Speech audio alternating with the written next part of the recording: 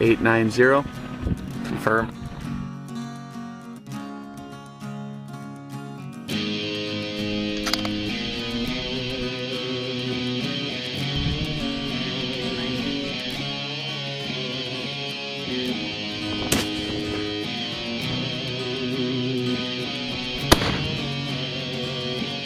Hit.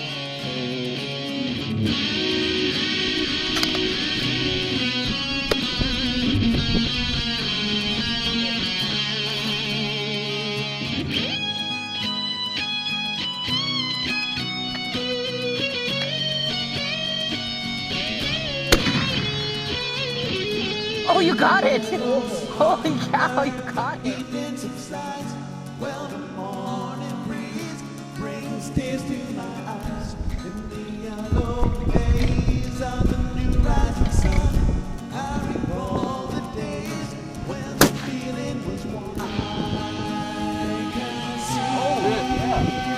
Good call.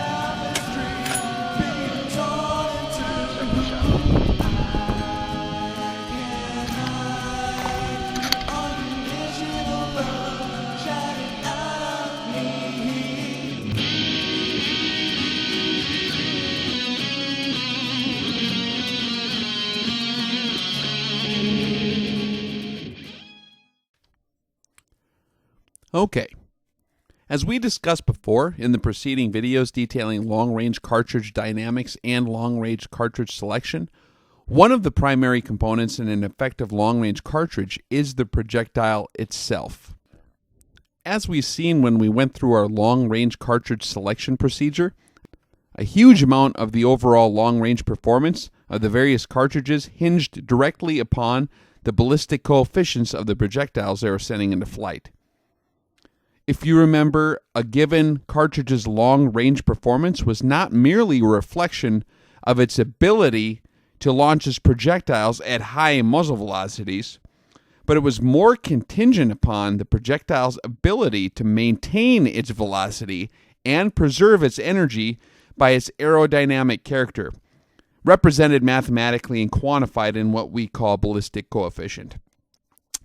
So we saw in a few cases how mild cartridges with lower initial muzzle velocities and sometimes lighter bullets were able to outperform more powerful cartridges with heavier bullets and sometimes even higher muzzle velocities once they got out to 1,000 yards and beyond, due to their projectiles' inherent aerodynamic efficiency. For example, we can go back to the charts we're looking at and see how the mild-mannered 7mm 08 with its 162 grain bullet outpowers the 300 Winchester Magnum at 1,500 meters due to its projectile superior ballistic coefficient. You can also notice how the little pipsqueak 243 Winchester with its higher ballistic coefficient was able to outpower the much heavier 7.62 NATO projectile at 1,000 yards and do it with far less wind deflection and with a much more flat of a trajectory. Although ballistic coefficients are crucially important when conducting long-range bullet selection, if you're using your rifle for hunting or for tactical applications, you're going to have to consider the design of the bullet to evaluate its level of effectiveness once it hits the target. A bullet's level of effectiveness will depend completely on what your target is. To determine which bullet is right for your applications, we must carefully consider your target package and match it for your applications. Make sure it's right. We must carefully consider your target package and match it to that bullet that will have the adequate penetration and lethality for your specific purposes. We're going to do this much the same way that we did with the cartridge selection on the last video. When we narrowed down our cartridge choices, we were primarily concerned with external ballistics, the dynamics of the projectile in flight, basically, ensuring that the bullet would effectively reach its target with the sufficient energy to do its job when it gets there. Now that we have selected an appropriate cartridge that will effectively deliver the bullet to its target, we want to now make sure it will be able to lay down the smack when it gets there. So in order to determine which bullet design will effectively perform for our purposes, we're going to have to become acquainted with the subject of terminal ballistics. Once we become familiar with how long-range rifle projectiles behave when they strike various targets, we will be better equipped to very quickly narrow down the appropriate bullet choices for our long-range applications, much in the same fashion as we did with our systematic cartridge selection procedure. Again, rather than wandering aimlessly through the endless force of opinion blogs, and my uncle told me, we're going to be able to make a choice based on a collective knowledge of terminal ballistics and how they will apply to your particular mission criteria. So it's going to be based on data here. All right, terminal ballistics. In layman's terms, terminal ballistics is the study of bullets hitting stuff. So what happens once the bullet reaches the target? Well, first, we're going to have to determine what your target will be. Hopefully you already determined this when we went through our cartridge selection procedure on the previous videos. Just like in our last videos when we selected for our long-range cartridges to suit our mission parameters, we will now have to pay extra close attention when selecting our projectiles that we send into flight. So just as the entire cartridge case is centered on the projectile, we will have to center our projectile choice on the mission we want it to accomplish. What are some of our different possibilities for potential long-range targets? Well, perhaps you're going to be shooting at steel plates at a mile, or perhaps you're going to be trying to zap elusive varmints like prairie dogs or coyotes or something that have learned to keep out of normal rifle range. Maybe you're going to be harvesting a speed goat out there in the open prairie and can't get within 1,100 yards. Maybe you're a soldier fighting an enemy that's clad with layers and layers of gear and maybe some kind of light armor, and you're going to want a bullet that can penetrate as far as possible. Or maybe you're on a sheriff's department, you're a deputy, and you have to make a well-placed shot on a psychotic bank robber or something, shooting at your fellow officers from amongst a crowd of innocent people. And maybe your criteria might be limited penetration. Your long-range bullet selection all depends on exactly what you will be shooting at and what your mission criteria is. So there's no one single answer. You have to decide exactly what you're going to do with it. So let us change gears here by looking at some of our different bullet choices. Got a whole category of bullets. One of them's called like match and target bullets. If your rifle is going to be used for long-range target shooting, then your external ballistics will be your primary criteria. You're going to be selecting for those bullets that are built for aerodynamic efficiency in mind. You're going to want the lowest drag possible with the highest degree of uniformity in the jacket construction to promote accuracy. Match quality target bullets with high ballistic coefficients will encounter the least amount of wind deflection and offer the best long-range stability and accuracy. Match and target bullets are usually pretty easy to identify just by looking at them. In this picture here, you're going to see two 50 caliber projectiles. One of them is a 750 grain Barnes TAC LR boat tail. That's the one on the left. And the one on the right is an M8 API. The one on the left is a target bullet that was developed for long-range aerodynamic efficiency. It's got a ballistic coefficient of like 1.07, which is absolutely phenomenal. It's solid cast out of copper. You can see that it's really long and really sleek, and it's got a pretty good tapered boat tail. Actually, both of them have a tapered boat tail there. The M8 has a real good taper on it as well. But the M8 projectile on the right, you'll notice, has a lot more rounded of a nose on it. And the ballistic coefficient on that thing is only going to be in the 600s.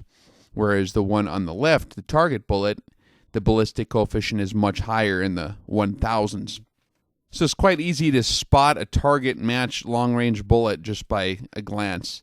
In this next picture here, you're going to be able to see these look like, okay, these are 3 6mm bullets laying out, 243 caliber. The one on the left appears to be just a 80 grain soft point. That's a hunting style bullet. You'll notice the heel of it. It's slightly deformed. Looks like someone pulled it out or something. But the heel's deformed, but it's just a square heel. And it has just a standard soft point on the tip there. It's not real pointy. The next bullet, the middle one, that's a 100 grain boat tail spire point. Spire point talking about sort of pokey, spire shaped. And that's also a soft point. That's another hunting bullet. That's 100 grains. And it's got a boat tail. So on that projectile, you're going to have a lot higher ballistic coefficient than the one on the left. The one on the right is a Hornady AMAX. And that is specifically designed for long-range target shooting and competition.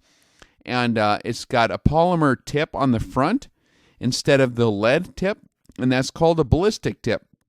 Sometimes ballistic tips are designed for rapid expansion. In this case, this is a target bullet. The tip here is actually meant to keep the weight away from the tip of the bullet.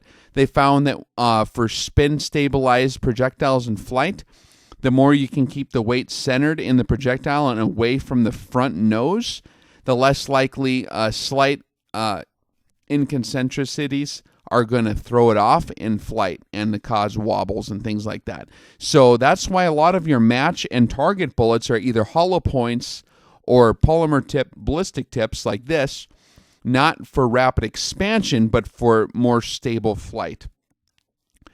This 105 grain AMAX on the right is what I commonly shoot in my 243 Winchester, and that thing is a really good flyer. It's got a ballistic coefficient of 500. This next picture, you'll just notice the same thing, the same 3 bullets from the rear angle. You can get a better view. On the left, you have the square heel again, and then on the right, you can see the boat tails. Let's look at a 30 caliber bullet here. This is a 190 grain Sierra Match King hollow point boat tail. This is another real common match target bullet that's real popular. Sierras are quite affordable. You'll notice a real nice tapered boat tail on it, and it does have the hollow point.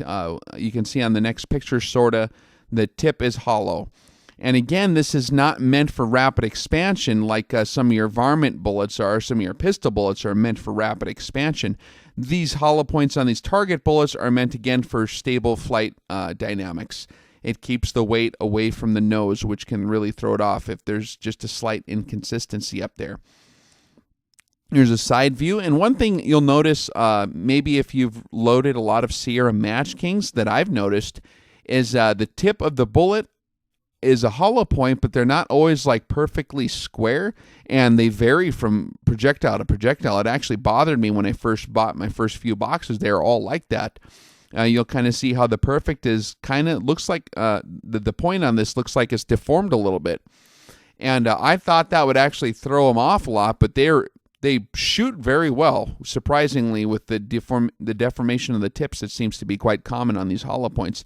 I kind of like the Hornady AMAX because that polymer tip in there kind of makes it look a little more consistent. Maybe they seem to do a little bit better job with that part, but the Sierras do fly very well. I do use the Sierras in my 338. Here's a 338 300 grain Match King in the Sierra. This is the heavy bullet in the 338 caliber. This is next to a Lapua case. And as you can see, this one has a really, really high ballistic coefficient. It's like 768 is their advertised ballistic coefficient. And it's a real long, heavy projectile. And if you were to do a cross-section and cut that out, most of the front half of the bullet is pretty much empty space. Most of the weight has been placed towards the midsection and the rear of the bullet, and the nose is totally empty on the inside there. So the reason they keep the jacket together up there in the hollow point is, again, for aerodynamics and not so much for expansion. One thing with these Match Kings and some target bullets is they're designed for external ballistics and superior flight characteristics. They are not designed for terminal ballistics. which is for controlled expansion for hunting and things like that. And you'll notice this is one of the 338 300 grain Match Kings. And on the bottom, I have one recovered from about 500 meters. And at 500 meters, there's enough power and energy to where that bullet will pretty much shred on impact. It'll completely it'll total jacket core separation. On the left, you see the jacket there, the copper jacket that surrounds the lead core, squished out. And that's quite common. I've recovered quite a few of these bullets, and they'll be all over the place. I mean, sometimes, here's another picture. You'll notice the heels here. This is the heel, the rear end of the bullet. This is sometimes all that's left. If you're shooting at steel targets, the rest of the bullet's completely disintegrated into tiny shreds. And the lead has, I don't know if it's vaporized or just like little droplets of lead squirted everywhere, but there's nothing left besides the heel. You might find little tiny copper traces. So this is such a powerful cartridge that sometimes these target bullets, when they're going at the higher velocities, when they strike, they don't really hold together that well. Now, I'll tell you what, at longer range, if you go farther, I've recovered some of these 338 300 grainers, the same bullet that did this at 500 meters at 1 mile. The projectile was completely intact. It actually had no deformation at all. All you could see was the rifle markings on it. And once you get out to 1,000, it stays a lot more intact for the most part if you hit anything soft. So at long range, at lower velocities, a lot of these match bullets perform very similar to a full metal jacket, which is designed not to deform at all. They're designed to just penetrate and expand. So if you want penetration at long range, some of these are fine. But beware that at close range, they can completely disintegrate. And this one isn't completely disintegrated. You just got jacket core separation. But even though you have this jacket core separation, the bullet is still so massive and all your energy was expended pretty much inside the target that if you're shooting at even large game at 500 yards, it wouldn't be the textbook bullet that you'd pull out after it was dead, but it would sure knock it dead like a lightning bolt. It still hits really hard. Here's another Hornady AMAX in the 243. Okay, here is these look like 168 grain Hornady boat tail hollow points, kind of a copy of Sierra's 168 grain. It's real popular in the 30 calibers, like in the 308 Winchester. It's kind of one of the real common loadings that, like the Federal gold medals type ammo and stuff, uses the 168 grain match hollow points. Those are actually pretty good bullets for long range applications. Here's a group of 30 caliber bullets. On the left-hand side, you'll notice you have, that looks like a M61, if I'm looking at it correctly. That's an M61 penetrator. That's actually a full metal jacket. That's not a target bullet. It's got a carbide steel penetrator core in that. And then the next one in from the left with the square heel, that's just like a 150 grain spire point. And the other one must be a 150 or 155 grain spire point as well. And then as you get towards the right side, the second one from the right, working your way over there, is that is a 168 grain boat tail spire point. That was the Hornady. And then the one on the far right is a 190 grain boat tail hollow point Sierra Match King. So the ballistic coefficient on the one on the right is going to be the largest because it's the longest and the heaviest and the pointiest. Once you get the idea, you can just tell at a glance. Right, that was match and target bullets. Now let's talk a little bit about long-range varmint bullets, if there is such a thing. Okay, one of the challenges in selecting appropriate long-range rifle bullets for varmint hunting purposes is that the typical varmint bullet is designed to explosively expand at velocities much higher than we see at extended ranges. So most varmint bullets sport very lightly built copper jackets wrapped around soft lead cores and are usually tipped with either ballistic tips or hollow points or soft points that are designed to cause disintegration on impact. They're actually designed to pretty much just completely shred on impact. so that they expend all of their energy inside the animal, and so that the pelts are not ruined by like massive exit wounds. The bullet completely explodes inside. All you have is a neat little entry wound, and then you don't have a big exit wound the size of your fist coming out the other side, so the pelt is intact. Many varmint shooters choose to opt actually to use extremely tough full metal jacket bullets that are designed totally to stay together as much as possible, and they're designed for maximum penetration. So there's kind of two different schools of thought with varmint shooting. As some guys like to use full metal jackets because they figure two little pin-sized holes won't damage the pelts, and some guys use the rapid expanding ones. The highly frangible rifle bullets for varmints offer a more violent internal shock, increasing the speed of lethality, whereas full metal jackets might leave that critter kicking for a while. So most varmint bullets are designed to be proportionately short and stubby in order to keep the bullet weight down to a minimum so that the muzzle velocity can be at a maximum. And we know that after our discussion in the previous videos that this kind of bullet profile yields terrible ballistic coefficient and thus may offer very poor external ballistics downrange. Also, when you're talking about varmint bullets, there seems to be a general lack of availability of long, sleek, boat-tailed bullets tailored for long-range varmint hunting purposes. So we're kind of forced to make a compromise. We have to trade our short, stubby, limited-range varmint bullets for longer, more sleek matched target bullets. So if you're a varmint hunter, you might want to do the matched target bullets. At the lower velocities typically encountered at longer ranges, many of these heavy boat tail hollow point bullets, or even the AMAX type with the polymer ballistic tips, these matched bullets will act more similar to a full metal jacket when they encounter small animals like varmints.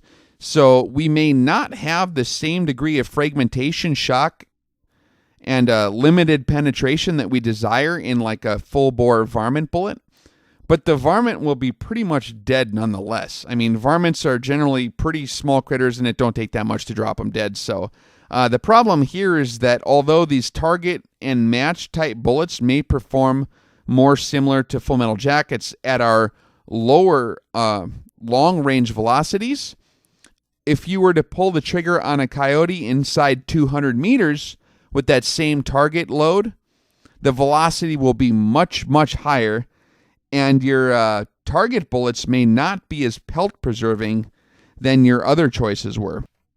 So, being that your classic varmint bullets are basically ruled out for lack of long-range performance, and also given this over-penetration dilemma when using matched target bullets, for long-range varmint hunting, you might as well go with the bullet with the accuracy potential and wind resistance capabilities.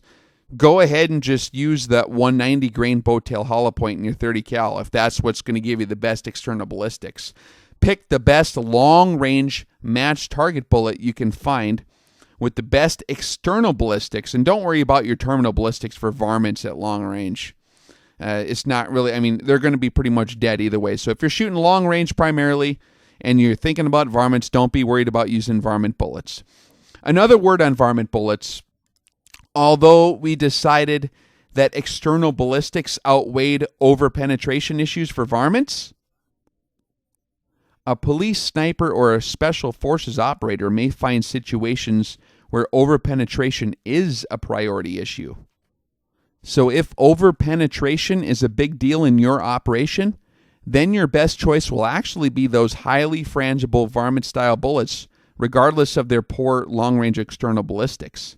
So for police in particular, that may actually be really important to consider. You might have to fight with the limited range capabilities and the more problematic wind deflection issues you're going to have due to the poor ballistic coefficients, and just go ahead with those varmint bullets just because of that over-penetration issue. That might actually be your priority there. So, like I said before, you got to custom tailor this stuff to your mission priorities. So, what about hunting bullets? Let's discuss hunting bullets here. Whole different class of bullet. If your rifle is going to be used for long-range hunting of medium or large game, terminal ballistics will become vital. For medium game hunting applications at long range, we will be looking for those projectiles that are designed to deliver adequate penetration along with sufficient wound channel and hydrostatic shock in order to have the degree of lethality needed to make a nice clean kill. This is where the long, sleek, heavy design profiles inherent to target and match bullets will actually work to our advantage. At extreme ranges, our projectiles will have encountered massive decelerations and may be traveling at very low velocities. We know that lethality in medium and large game hinges on the sufficient penetration of their vitals. Premium hunting bullets are usually designed to stay intact at the higher velocities introduced by like modern Magnum cartridge loadings, and they offer controlled expansion in order to preserve bullet weight and thus ensure adequate penetration.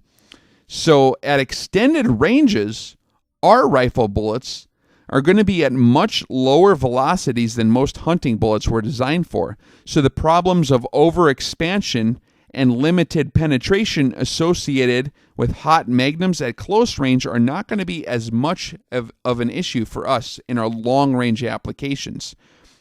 Depending on the specific bullet design and its remaining velocity, some target and match bullets may offer reasonable choices for medium or even for large game animals, even though they're not really specifically designed for controlled expansion. So, as ensuring adequate penetration is at the top of our list when we're looking for good long-range bullets for medium and large game, we better be considering sectional density when we're making our long-range hunting choices. Sectional density of a bullet is the ratio of its weight in pounds to the square of its diameter in inches. So bullets that are proportionally long in comparison to their diameters, long, skinny bullets, are going to have higher sectional densities and more weight that is stacked up behind a smaller cross-sectional area of the bullet. This will generally result in better penetration. Sectional density and ballistic coefficient kind of go hand in hand. The longer and skinnier the bullet is, the better it will keep up its velocity and energy. However, sectional density is more useful as an index of the penetration potential of a projectile. In general, more mass over a smaller impact area equals better penetration. So if we're curious as to the overall penetration potential of a given projectile, we can simply look up its sectional density value. They're usually advertised right next to the ballistic coefficient when you're looking at bullets. So sectional density is good for penetration. Now, there's much more that goes into determining penetration than just sectional density alone. The overall construction and design of a bullet play a huge role in how well they will penetrate. There are many other things that go on when a bullet strikes a target. So you're going to have to weigh all this stuff out to make sure that you basically got enough penetration to reach the vitals of whatever you're shooting at. The general rule of thumb here is basically the bigger the critter, the more penetration you want. In order to ensure penetration at long range, you are going to want limited expansion. When a soft point expanding rifle bullet strikes an animal, the nose of the bullet begins to deform and peel back towards the rear, mushrooming out into a larger, more jagged projectile that creates a more violent wound channel and delivers more energy into the internals of the animal. However, in a long-range situation when power is limited, we may find it more beneficial to opt for less expansion, which is going to help reduce our friction and drag inside the animal, which is going to help us ensure full penetration of the vitals. For large game critters at long range like elk, we want bullets designed for even less expansion and more moderate energy expenditure in order to preserve the forward progression of the bullet into the body cavity, all the way to the deep vitals. If we opt for a bullet with greater expansion, we might not even have enough energy at long range to reach the vitals. So the more the expansion, the greater the friction inside the animal, and thus the less the penetration. Again, some of our heavier, longer target bullets, although they're technically hollow points, they are a lot of times going to behave more similar to full metal jackets at reduced long-range velocities, which could be desirable for ensuring maximum penetration.